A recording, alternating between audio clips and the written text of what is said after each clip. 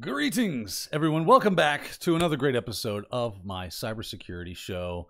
And I've got a neat article for us today to kind of use as a learning tool and kind of play around with a few things from the Hacker News. We're going to get right into it, shall we?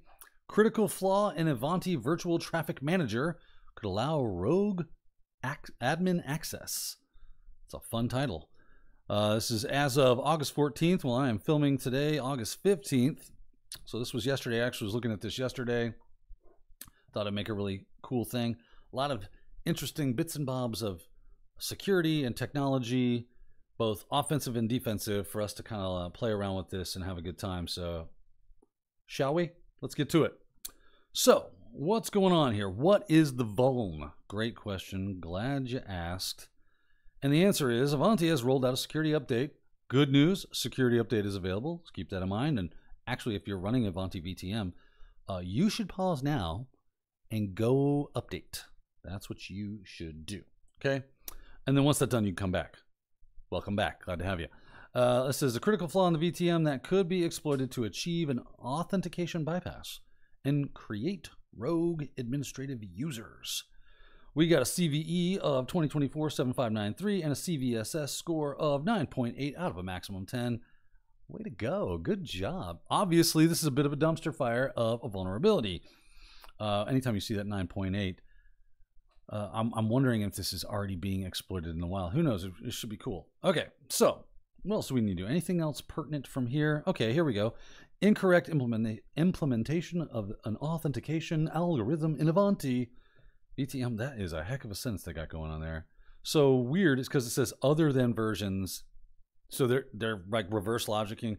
They're saying that these versions, which are 22.2 R1 and 22.7 R2, are the only safe ones at this point in time.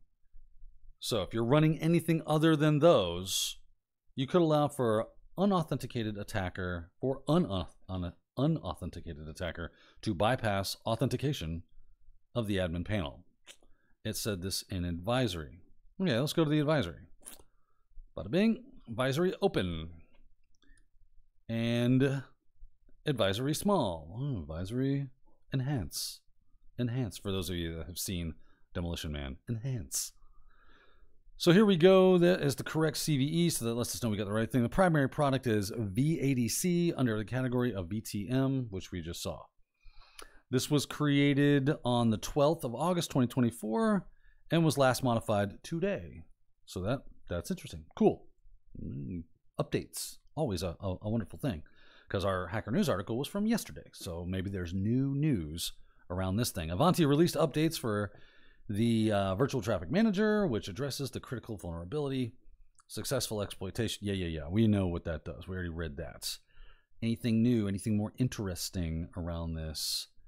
It says customers who have ensured their management interface is bound to an internal network or private IP have significantly reduced their attack surface. Hint, hint, hint, that if you want to significantly reduce your attack surface in the Ivanti VTM, you're going to want to do that very thing. It is industry best practice and advised by Ivanti and the network configuration guidance to restrict access to the management interface. Ooh, they make a great point here. And the point is, while very, very convenient and have been guilty as charged, but I learned the error of my ways back when I was a sysadmin, you like to point anything and everything you can to the internet so that you can easily access it from the comfiness of your own home and sans pants, right? While, yes, ultra convenient, not very secure. So what do? We build things like VPNs and things of that nature so that we can connect to our network and then connect to our devices and systems in a safe way. Not the grocery store, but in a safe way. Not a safe way. Fun little slip of the tongue there. Yeah, because if you start connecting things out to the wild internet, people are going to try to connect to it. They're going to scan ports, and they're going to see open services that are attached, and they're going to start attempting to poke it with a stick and find their way in. So definitely use some mechanism of abstraction. Don't just connect your stuff to the internet, to the wild, wild west, as it were. All right, let's get back in. They say they are not aware of any customers being exploited by this vulnerability, so that's good. We like that. At the time of this disclosure, so that is apparently as of 2015 or August 15th. However, a proof of concept is publicly available. Spoiler alert, I did find the POC. It was a weird... Anyway. And we urge customers to upgrade to the latest patch versions. Let's see what they got here. There's some information about the CVSS and the description. There's a CVE number. We got a CWE number. And as you can see in the CVSS scoring, and this is the 3.0 scoring, not the latest 4, but attack vector is from the network, attack complexity is low, and let's see here, any other interesting things? Yeah, I'm ultimately the fact that it's a network and low is probably where you're getting the majority of your oh no's coming out of people. All right, here's the affected version, nice table.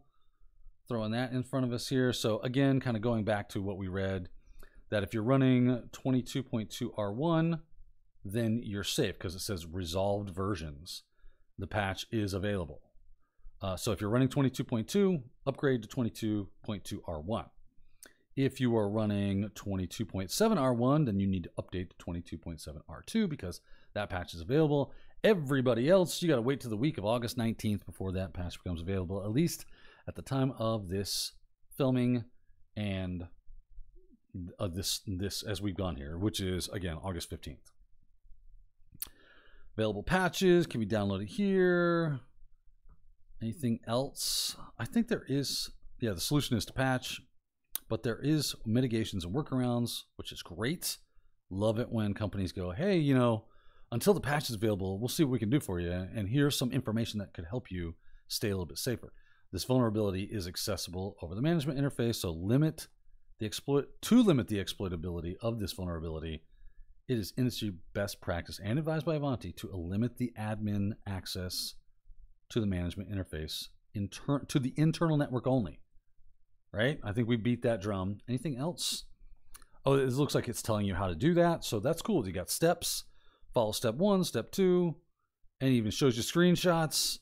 So you're not left without a witness. You know exactly what's going on. I know it's a little squashed on my screen, but that's just because I got the crazy scaling going on so we can read the article easily. And then some acknowledgments. Okay, so that moves us into exploitation, right? Okay, we know what the problem is. We know it's critical. We know what versions are being affected. And we do have some mitigation strategies. Great. Either patch or... you know, just try to keep the management interface as internal as possible. And hopefully that's not a guarantee, because if they're somewhere else in your network, they might be able to pivot into that. But, or laterally move. However, I don't know which one it's going to fall under. They're both very similar. Let's see here. So yeah, that moves us to exploitation. Exploitation sounds fun. So here's what I did. I opened a tab. Let's do it. And I went to Google, like so, as one does, and I was like, Ivanti VTM, and what was it, version like 22.7 R1 exploit.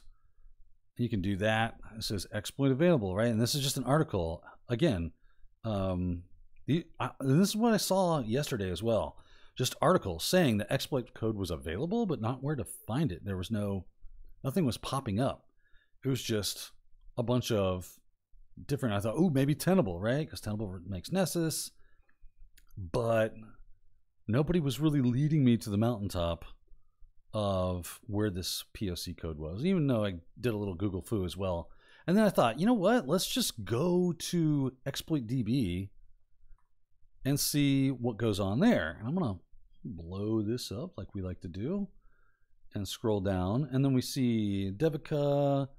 Now, obviously, I didn't see it in this giant blowed up view where you only get like 2 or 3, and my eye immediately caught very quickly, I think the 5th or 6th one down, right there, Ivanti vADC 99 authentication bypass. I said, ooh, it was published on 8/4/24, right in the wheelhouse of the time. Is this the thing? And when we did look at the security advisory way at the top, what did it say? it said primary product vADC right there. vADC. It does say it's a 9.9.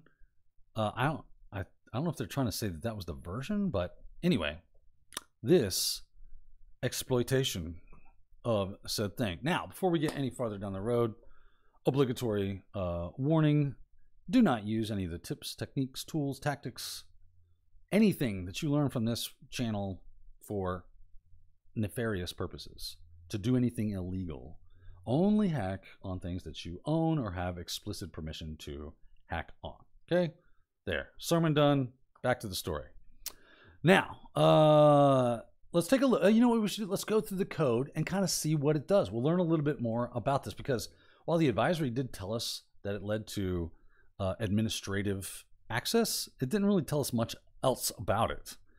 So what are we doing? We got ourselves what looks like Python, because we got import requests. Cool. Set the target address. So we got this variable admin portal, and it sets the IP address and port 9090. Okay. User to create. So this is a section for creating the new user and setting the password for said new user, but also I say it's the place for creation. They're setting variables with those values in them. And then we go to request.packages.urllib3 to .disable warnings. So we're disabling warnings that we might get in our requests. Session equals request.session. So this is that session variable is going to be where we actually reach to call to make the URL, the HTTP requests, right? Then it says a setting error bypasses access control for wizard.fcgi. So setting error is that what was going on here? Disabling warnings? No, it said setting error. Oh, there it is right there in this params section. Error :1. Very looks like JSON. Well, it looks like it's taken in JSON format. So wizard.fcgi can load any section in the web interface. So the exploit here is going to be the fact that there is this wizard.fcgi, so CGI scripts. By the way, you Perl lovers out there, God bless you that you're still around, kicking out product. Fun fact is my first foray into programming, I attempted to learn Perl way back in the day when I was like, I'm going to do computers for a living and it'll be fun because I like computers. And I do like computers, but that piece of it was not for me. I'm not a coder, properly. I know enough about it now to read scripts, write a few scripts, make some tools, automate some stuff. But yeah, good for you out there, you Perl lovers. God bless you. Moving on. So that wizard.fcgi can load any section in the web interface. So we have the error set to 1, and section is set to access management local users, which makes sense because it said we are creating a local admin user, a rogue local admin user for the system. All right. And then now here's the actually create a new user request and then form submit to bypass a CSRF. All right. So it says we got the data variable and it equals this funness. The form submitted is form. Create user is create. So it's basically kind of calling functions behind the scene. And if you were running the application through Burp Suite and actually logged in as an admin and you were creating a new user, we'd be able to see all this information in the requests and responses from the Ivanti system from your browser. So you would log in through your browser and you would connect it to Burp Suite and you would be able to see all this, and they're just smushing it into this Python script, right? So next we have group, which we are setting to admin. Makes sense. We want to be an admin user. Why go for anything else if you can? Get admin, right? Then the new username method or function is going to call our variable of new admin name, which was set to new admin user, or like new admin, I think it was. And then we got password 1 and password 2. And it's both set to the same variable, which is new admin password, which if I had to guess, which I do, I'm assuming that's like a, what do you want the new user's password to be? And then confirm the new user's password. That's what I would guess. All right, moving on. Post request. Okay, so this is where we actually send the post data to the system. So R equals, so there's a variable R, which probably stands for requests, session.post. And then we do some concatenation of the admin portal, which is going to contain our http:// IP address to our server. And then the endpoint is concatenated to the end of that /apps/zxtm/wizard.fcgi. So they're calling that wizard.fcgi because it will do anything you want it to do. It has access to all this stuff and doesn't require any authentication. That was the flaw. That's the vulnerability. Params equals params, which we remember, error equals 1 and whatnot, all up there. Data equals data, which is all this business up here. And then verify equals false, allow redirects false. Okay, cool. Let's see here. Next is view the response. That's probably helpful. So we have this variable content, which equals the called, whatever the result is of calling r.content.decode and decoding with UTF-8. And then simple print content. So whatever's in that variable, please print it to the screen. If r.statuscode, cool, so we have that request, so we can make that request. If the status code comes back, so it's basically a response that comes back, much like content was a response, status code is also another response that we get when we call this specific function. So r.statuscode, if it equals 200, nice little if block here, a little conditional logic, and you have a title that looks like this in content. So inside of that, if you find this and you have a status code of that, so both of these things must be true at the same time, then print, hey, new user request was sent, and you can now log in with username, whatever you set it to, and password, whatever you set it to. Else, which is, if it don't see that, then just print unable to create new user. I think that's the end of the script. It is. And what I'm going to do is I'm going to copy. Copy. There we go. I think that's the top. I'll get it all. Why not? Take all of it. Take it all. Just right click, copy. Let's go over to a terminal and let's do nano. We'll call it exploit.py.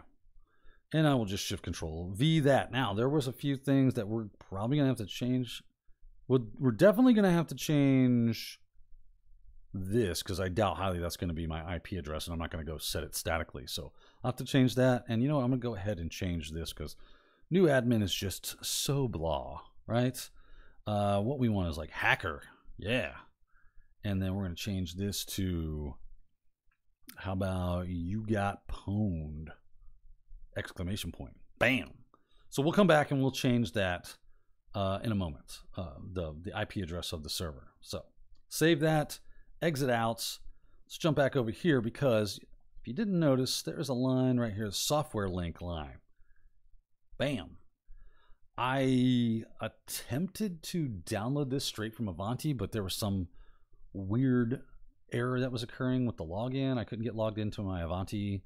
I could get logged in, but I couldn't access the downloads area. And maybe that's due to this whole dumpster fire, but I don't know, it was like error. I'm like, what is going on? And then I saw this in the POC and was like, oh, cool. They have a container. Easy button. Love the easies, right? Easy button. So let's get back at it. I'm just going to copy the link all the way to the end and just open link in the new tab here. And from here, booyah, I'll accept all my cookies as I like to do. I'll make this a little bit larger. Excellent. And then cool, this is a Docker container variant of PulseSecure's virtual traffic manager product. That's exactly what we're looking for. Deploying the traffic manager, Docker login, Here we go. This is what I want right here. I am going to, can I just copy it this way without hitting the copy button? A lot of times this still gets like wigged out, but let's go throw this into my terminal. If you don't have Docker installed, obviously you'll need to install Docker. I'm just going to paste that in. Yeah, you see how it does all this weird stuff? I hate when it does that. I think it's good though. So let's go to Control A. Yeah, it doesn't let me. Here's what I'm going to do. I'm going to Control C, and then I'm just going to do it like this. For A, we need to sudo, right? It's a Docker run, and then I'm going to do -- name. I'm just kind of following the bouncing ball up above. Equals, and you just give it a name, whatever you want to name the container. I'm just going to call it Ivanti. like that. And then dash E with Zeus, EUS underscore EULA equals accept. That way we can accept the EULA, the end user license agreement. And then another dash E with Zeus. I cannot spell EUS. There we go. Underscore pass equals, and then you set a password. I'm just going to set it for a password. And then we do dash dash privileged like that. Dash dash init dash T dash D, and then give it the actual container name, right? Which is pulse secure / VTM : and then the version you want. And as we know, the latest version is going to be fixed. So we got to get one of those bad versions. And if I'm remembering correctly, it was 22.7 R1. Booyah. Fire. Give it the old password.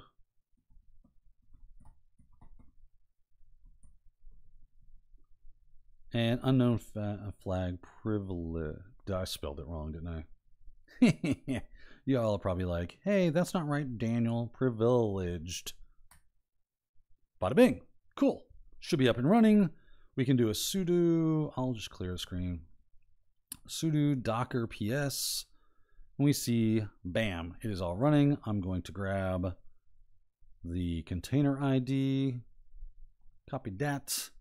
And I am going to, do I need that for anything? I just like to have it because you never know. It should be running though. I am going to do, I need the IP address. So IP, that's right, because our server script, our exploit script, that's what it's called. The exploit script needs that IP address. So IP -br-ca and pipe grep docker.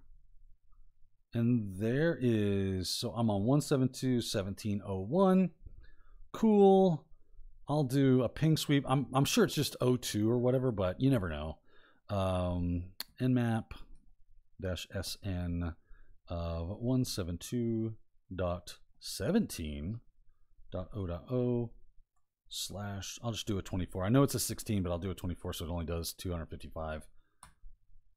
And fire away. Wait for it. It is done. And yeah, there it is right there. 1702. Cool. So let's jump into that script nano exploit.py. We'll change that. Whoa. Daniel. Which is 172.17. Not that dot. Wow, you guys are watching me fail miserably at typing. .0.2. And it's on port 9090. That's where the web admin portal goes. I think that was, if we look down here a little bit, yeah, you can see this right here. To access the admin UI, use TCP port 9090. It does have a few other ports available, but that's the one we're looking for, right? And as you can see, that's also in our script, port 9090. All right, yeah. Okay. Now that we've changed that, we've got 172.17.0.2, 9090, all looks good. It is HTTPS. Control S, Control X. Fun. Clear this lovely screen. And now we want to go to the browser. We want to open a tab and we want to do https://172.16. And yeah, cool. It's already got it in there for me. Yes, I'm fine with the warnings. Advanced. It is me. I know it's okay. And there we go. We have it up and running. We have a login form. It tells us right here that we are running Community Edition 22.7R1, which we know is vulnerable. If everything works, fingers crossed, we're going to have ourselves a lovely exploit, right? And a new admin for the Ivanti system here. Okay, let's get at it. Back here, and we are going to run that Python script. So Python 3 and it is /exploit.py. Fire it off. And we do see right around here, new user request was sent. A login with username hacker and the password you got pwned should be available for us. So I'm going to just copy pasta that because you've seen my typing skills and they are abysmal. I get it. I can own that's truth. Hacker, and then just Control V and log in. And booyakasha, we's logged in, suckers. That's right. We got. You can't really see it. It's kind of small. Maybe I'll do it right there. Yeah, now you can see it. Logged in as hacker, as an admin. Super, super duper fun. And now I did kick around in this my own self. You just click that Use Community Edition button, and if you go into there's like a lot of different stuff in here that could actually be quite the treasure trove of information of like API keys and login information, SSL keys, you name it. Tons of stuff could be lurking under the hood of this Ivanti system. So just FYI, if you are running this, you're going to want to shore this up.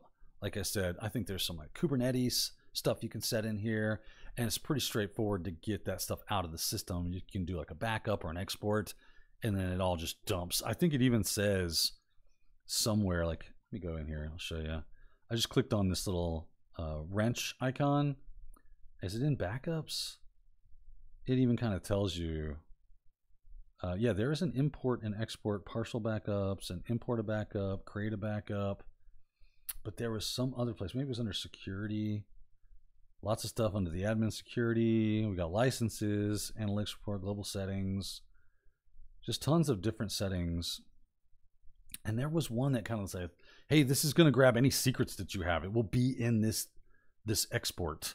So traffic managers, fault tolerances, web application firewalls. You can go in here as an admin, start making exceptions to your own nefarious systems, C2 traffic, and all that other fun stuff for the various things that this is connected to, because that's kind of what it does, is tries to help web applications by caching and load balancing and web application firewalls and doing some other stuff to kind of speed things up, take some of the workload off of it.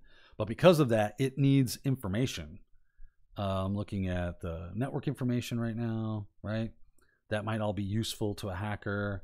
Alerting, SNMP, we've got users. We can go in here, create new users, have a good time with that. We already know how to do that though, but backups, licenses, analytics, or global settings maybe, I don't know.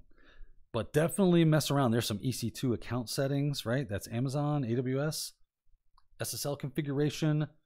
Like I said, tons and tons of stuff that could possibly be lurking here that is very, very sensitive for your organization. So please, please, please, if you are running an Ivanti vADC or the VTM, get yourself patched up and ready to rock. There we go, kids. This was a lot of fun. I sure enjoyed it. We did get to fiddle around with a lot of technology and a lot of cool security stuff, a lot of philosophical things and practical things. That said, looks like I'm done with this episode. I appreciate you watching. If you got any kind of value out of it, of course, you know what to do. Hit the like, subscribe, share with your friends. All the other good stuff does a lot of help for me and promoting the channel and getting more videos like this to you folks out there. Until next time, keep hacking.